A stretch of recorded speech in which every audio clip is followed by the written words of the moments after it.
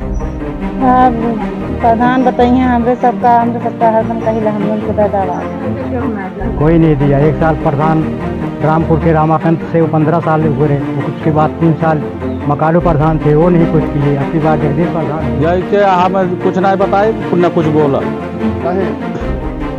अरे यार छोटा, एक तरफ जहां सरकार जो है लाख दावे कर रही है कि हमने लोगों को रोटी कपड़ा और लोगों के सरों पर छत दिया है, लेकिन आज वहीं यूपी के संत कबीर नगर जिले में एक ऐसा गांव हम आपको दिखाना चाहेंगे जहां विकास से कोसों दूर तक कोई रिश्ता नहीं है।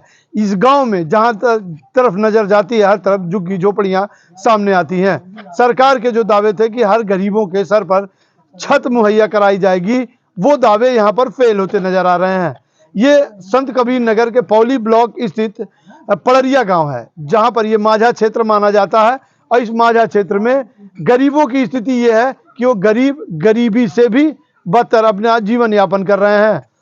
ग्राउंड जीरो की रिपोर्ट पर हम आपको गांव की खस्ता हाल जिंदगी हम आपको दिखा रहे हैं, और गांव में क्या विकास हुए हैं वो आप इस वीडियो के माध्यम से देखिए कि इसमें विकास कितने हुए, कितने लोगों को आवास मिले हैं।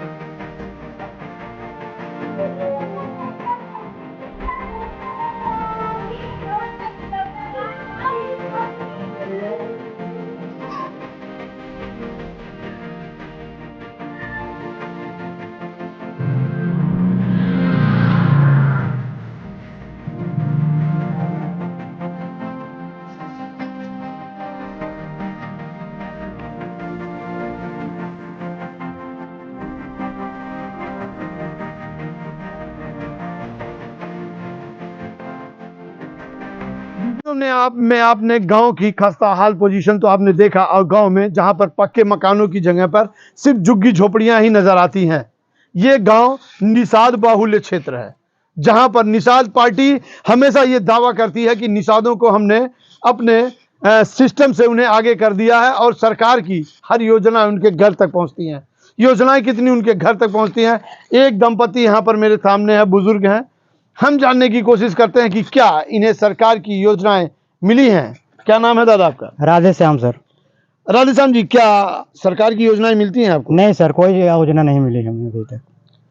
हम जात के हर जने से लोग बाग सताते भी हैं, निषाद लोग हमें। देखिए हमारे घर खोद करके देखिए, जबरदस्ती मकान भी कब्जा कर रखे हैं। मतलब इतनी परेशानी हमें, कोई परेशानी का मतलब ही नहीं है। एक दिन लोग बाग मारने के लिए भी चले आए थे यहाँ पे। हाँ। कौन लोग आए थे? यही प्रधान जी। प्रधान जी? हाँ जी, स्वयं आ गए थे? हाँ, पूरे परिवार होकर के। इस वजह से आपको जो है यहाँ पर कुछ विकास का कोई कार्य नहीं हो रहा। आवास मिला आपको? नहीं सर, कुछ नहीं मिला हमें आवास। बताइए हम गरीब आदमी कहाँ जाएं, क्या करें, किसके जाके हाथ पैर पकड़े। लोग बाग का सरकार कहती है हम ये कर देते हैं, वो कर देते हैं। इंदिरा गांधी के जमाने से हम देख रहे हैं कितनी गरीबी थी, कितनी अमीरी है। हम भी भैया वोट दिल्ली में भी मार 90 से सर हम वोट दे रहे हैं। लोग बाग कहते सूची में नाम ही नहीं है तुम्हारा।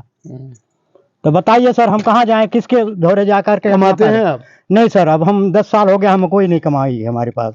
मनरेगा में काम भी नहीं मिला? नहीं, कुछ नहीं सर। हम भी करने वाले, हमें भी नहीं मिला। 10 बिस्सा खेत है साहब, उसमें चाहे बोते हैं, चाहे जोते हैं, चाहे कुछ भी करते हैं उसमें साहब। ये है गांव की हकीकत। पड़रिया गांव में एक परिवार है जो दलित समुदाय से आता है। उसके साथ उनके घरों पर कब्जा करने की बात इन्होंने स्वयं ग्राम प्रधान पर ही आरोप लगाया कि किस तरह से उनके घरों पर उनके ज़मीनों पर कब्जा किया जाता है।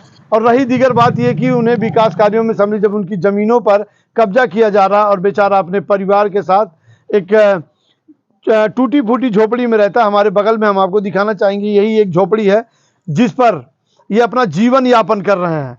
और आरोप अगर किसी और पर नहीं, सिर्फ मुखिया पर, गांव के मुखिया पर ही लगाया जा रहा है कि उन्हें जो है प्रताड़ित किया जा रहा है, उनके घरों के सामने जो है उनके ज़मीनों को हड़पा जा रहा है। तो विकास आखिर कहाँ तक?